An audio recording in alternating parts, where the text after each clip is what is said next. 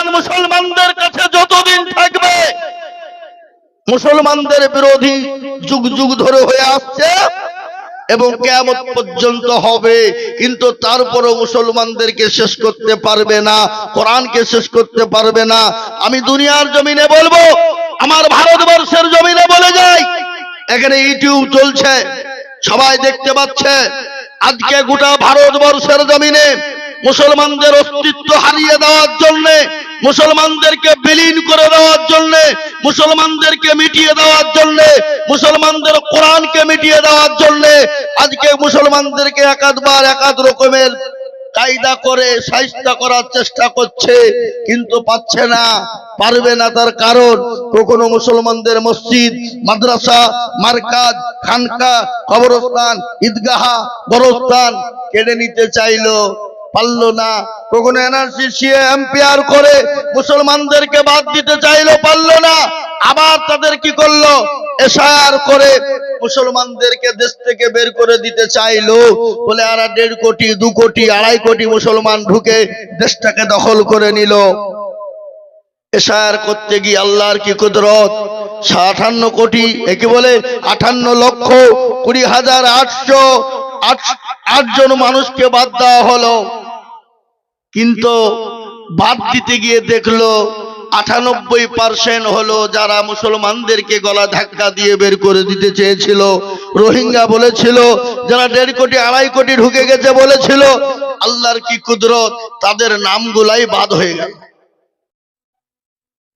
কেচে খুঁড়তে গিয়ে সাপ পেরিয়ে গেল, ওদের টনকটা লড়ে গেল যে ছি ছি ছি ছি, কি হলো এটা?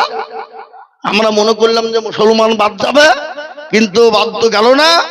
আবার ওটাকে তারা পুনরায় বাদ দেওয়ার জন্য চক্রান্ত করে, আবার বাড়িতে যার 4টে বেটা বুঝে 6টা বেটা আছে, যার 6টা বেটা বুঝে তার 8টা বেটা, আর মুসলমানরাও জানে তো 8টা বেটা তুই কুদিয়ে করলি কর, ও 4টে খাসি নিয়ে চলে গেছে বেরিয়ে, লেদি এদিকে গেল আমার বেটা, বলে হেয়ারিং কর।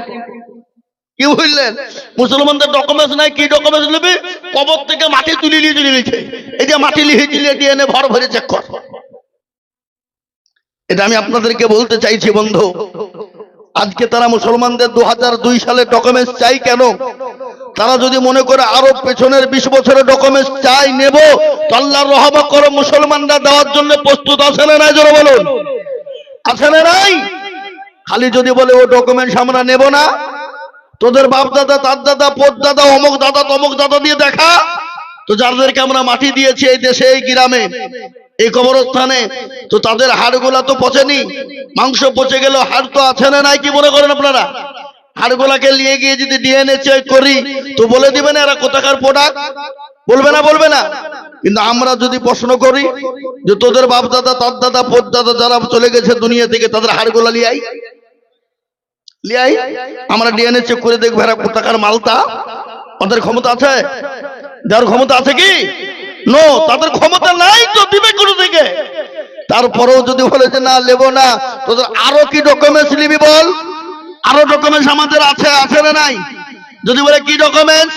আমাদের দেশে সর্বপ্রথম পৃথিবীর জমিনে সর্বপ্রথম যিনি এ দুনিয়ার জমিনে এসেছিলেন, যখন গোটা পৃথিবী ফাঁকা, কিছু ছিল না, সেই সময় যিনি দুনিয়ার জমিনে আসলেন, তিনার নাম কি? আদম নবী আলাইহিস সালাম। তিনি তো এই ভারতের জন্ম নিয়েছিলেন, দুনিয়া এসেছিলেন, আল্লাহ পাঠিয়েছিলেন। সেই নবীর আওলাদ হলাম আমরা, ওয়ালাকাদ কাররামনা বানি আদম। সুতরাং আমাদেরকে দেশ থেকে বের করে দেওয়ার কোনো অবকাশ নেই।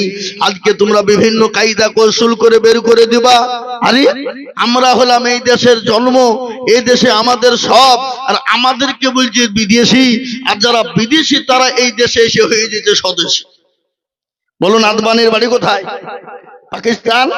ইন্ডিয়াতে এসে হয়ে গেল স্বদেশী। অটল বিহারীর বাড়ি হলো পাকিস্তান, ইন্ডিয়াতে এসে হয়ে গেল স্বদেশী।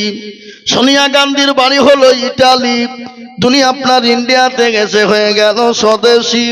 বুদ্ধবাবু, জ্যোতিবাবু, বিমান বসুর বাড়ি হলো বাংলাদেশ, ভারতে এসে হয়ে গেল স্বদেশী।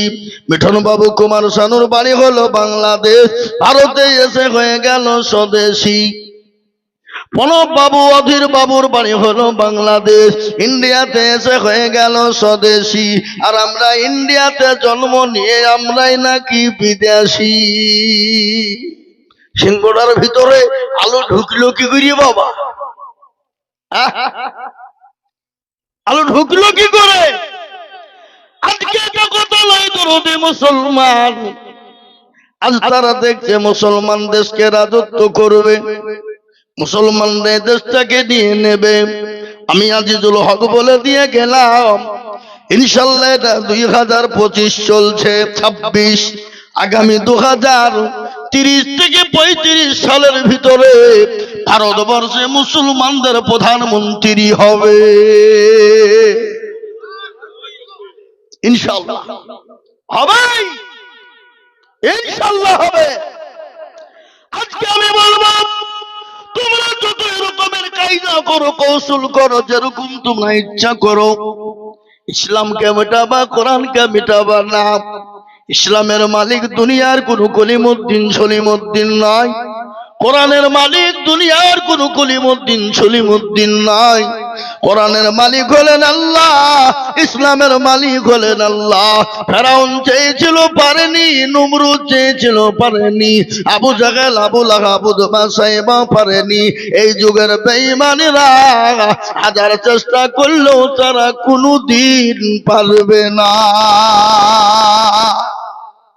পারবে? যখন পারবে, পারবে না। এ মুসলমান, আমরা তো সেই জাত। কোন জাত? যে জাত জীবনের কোনো মায়া করে না, যে জাত জীবনের পরোয়া করে না, যে জাত মরলে শহীদ, জিতলে গাজী। আমরা যদি মরে যাই তো শহীদের দরজা পাবো। দুনিয়ার জমিনে যদি বেঁচে যায়, আমরা গাজী হয়ে দুনিয়ার জমিনে বেঁচে থাকবো। যে জাতি মৃত্যুর পরোয়া করে না, সে জাতিকে ভয় দেখিয়ে, জুজু দেখিয়ে কোনো ভয় হবে না, কোনো লাভ হবে না। আজকে তোমাদের ক্ষমতার বলে তোমরা মসজিদ ভেঙে দাও, মাদ্রাসা তোমরা ভেঙে দাও, মুসলমানদেরকে তোমরা কি করো? জুলুম অত্যাচার করে জয় শ্রীরামের স্লোগান দিয়ে তাদের উপরে তোমরা তাদের অত্যাচার শুরু করো। কিন্তু আল্লাহ মানুষকে ছাড় দেয়, কিন্তু ছেড়ে দেয় না। আর বিচার কিন্তু আল্লাহ করবে। কিন্তু আল্লাহ বললেন, বান্দা তুমি আমার হয়ে যাও। আল্লাহ বললেন, বান্দা আমার হয়ে যাও। আমার হলে তোমাকে কি করতে হবে? আল্লাহ কোরআনে পাকের মধ্যে বলে দিলেন, ওয়ামা খালাকুতুল জিন্না ওয়াল ইনসা ইল্লা লিয়াবুদুন। আল্লাহ বললেন, বান্দা আমি তোমাদেরকে বানিয়েছি আমার ইবাদত করো, আমার বন্দেগী করো, আমার বড় হুকুম নামাজ আদায় করো রে বান্দা। ও বান্দা, যদি তুমি আমার হয়ে যাও, আমি আল্লাহ তোমাকে দুনিয়া জমিনে সহযোগিতা করব, আমি হেফাজত করব। আল্লাহ কোরআনে পাকের মধ্যে বললেন, কি বলে দিলেন? হাক্কান আলাইনা নাসরুল মুমিনিন। যারা মুমিন হবে, আমি আল্লাহ তার জান মাল ইজ্জত আবরু সমস্ত জিনিসের আমি আল্লাহ দায়িত্ব নিজে নিলাম। পৃথিবীর কোন বেঈমান তার ক্ষতি করতে পারবে না। এ মুসলমান, আমরা তো সেই মুসলমান। কোন মুসলমান? তেলের গাড়ি তেলে চলে, হাওয়ার গাড়ি হাওয়াই চলে, বিনা তেলে চালাই গাড়ি নবী সুলাইমান। আমরা তো সে মুসলমান। এ দরদি আল্লাহ ওয়ালা দিনওয়ালা ঈমানওয়ালা বিশ্ব নবী দয়ার নবী দুনিয়ার জমিন থেকে যেদিন বিদায় হয়ে যাবে বাবা, প্রচন্ড মাথায় যন্ত্রণা, বুকে ব্যথা, রাসূলুল্লাহ চলতে পারে না। হযরত জিবরিল আলাইহিস সালাম চলে এলেন, হযরত আজরাইল আলাইহিস সালাম এলেন, নবীকে সালাম দিলেন, বলেন আসসালামু আলাইকা ইয়া রাসূলুল্লাহ। রাসূল বললেন ওয়ালাইকুম আসসালাম। বলে হুজুর গো, আপনি কেমন আছেন একটু বলবেন। রাসূল বলে, ও জিবরাইল, আমি তো মোটে মোটেও ভালো না। বলে কেন গো হুজুর, আপনি কেন ভালো না? বলে আমার বুকে প্রচন্ড যন্ত্রণা, মাথায় যন্ত্রণা সহ্য করতে পারি না। হযরত জিবরিল আলাইহিস সালাম বলেন নবী গো, আজ আমি এমন একটা নতুন ফেরেশতা এনেছি যে ফেরেশতা জীবনে কোনোদিন কারো কাছে অনুমতি নেয় না। ওগো রাসূলুল্লাহ, আপনি যদি অনুমতি দেন আমি ওই ফেরেশতা আপনার কাছে আনব। রাসূল গো, আপনি যদি অনুমতি দেন তাহলে আমি আপনার কাছে ফেরেশতাকে আসতে হুকুম করব। নবীজি বললেন, ও জিবরাইল, আমি যদি অনুমতি না দিই কি হবে? বলে রাসূল, আপনি যদি অনুমতি না দেন সে চলে যাবে, কিন্তু আপনি যদি অনুমতি দেন আপনার কাছে পৌঁছে যাবে। রাসূল বললেন, না, তাকে আসতে দাও। রাসূলুল্লাহর কাছে হযরত আজরাইল আলাইহিস সালাম গেলেন। বিশ্ব নবীকে বললেন, নবী গো, আমি আপনার জানটা কবুল করার জন্য এসেছি গো রাসূল, আপনি যদি অনুমতি দেন। নবী আবার বললেন, আজরাইল রে, আমি যদি অনুমতি না দিই তুমি কি চলে যাবে? বলে ইয়া রাসূলুল্লাহ, আমি চলে যাব, কিন্তু দুনিয়ার জমিনে আপনি রাসূল যতদিন মন চায় আপনি থেকে যান। চিন্তা করে আল্লাহ বলেছেন, রাসূল আপনার যতদিন মন চায় আপনি দুনিয়ার জমিনে থাকুন। সুবহানাল্লাহ বলবেন না? এরকম কথা কোন নবীকে, কোন সাহাবাকে, কোন মানুষকে আল্লাহ বলেছে শুনেছেন? শুনেছেন? ইনি তো দয়ার নবী, মায়ার নবী, ইনি তো রহমতের নবী। গজল আছে না, আল্লাহর নবী এ মায়ার নবী গো, আপনি নবী আমার জীবনের জীবন। আল্লাহর নবী এ মায়ার নবী গো, আপনি নবী আমার জীবনের জীবন। আপনি আমার জীবন সাথী, অন্ধকার কবরের বাতি, আপনি হইলেন নিরু দুনিয়ার রব। আল্লাহর নবী এ মায়ার নবী গো, আপনি নবী আমার জীবনের জীবন। আপনি রহমাতাল লিল আলামিন, আপনি উম্মতের জামিল। আপনি রহমাতাল লিল আলামিন, আপনি উম্মতের জামিল।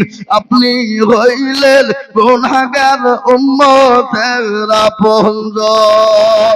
আল্লাহর নবী এ মায়ার নবী গো, আপনি নবী আমার জীবনের জীবন। দেখিয়া আপনার মুআজিজা, ভাগ্যবতী হলেন মা খাদিজা। দেখিয়া আপনার মুআজিজা, ভাগ্যবতী হলেন মা খাদিজা। সোফা দিলেন জীবন যৌবন। ভালো দৌলত ছিল আপনাকে সোফা দিল, আপনাকে বানাইল আপনজন। আল্লাহর নবী এ মায়া নবী গো, আপনি নবী আমার জীবনের জীবন। এ মুসলমান, তিনি তো মানবী, নবী, রহমতের নবী। আল্লাহ কোরআনে পাকের মধ্যে বললেন, ওয়া মা আরসালনাকা ইল্লা রাহমাতাল লিল আলামিন। আমার আল্লাহ আমার নবীকে রহমত স্বরূপ দুনিয়ার জমিনে বানিয়ে দিলেন। সেই আজরাইল নবীকে বললেন, নবী গো, আপনি যতদিন মন চায় আপনি ততদিন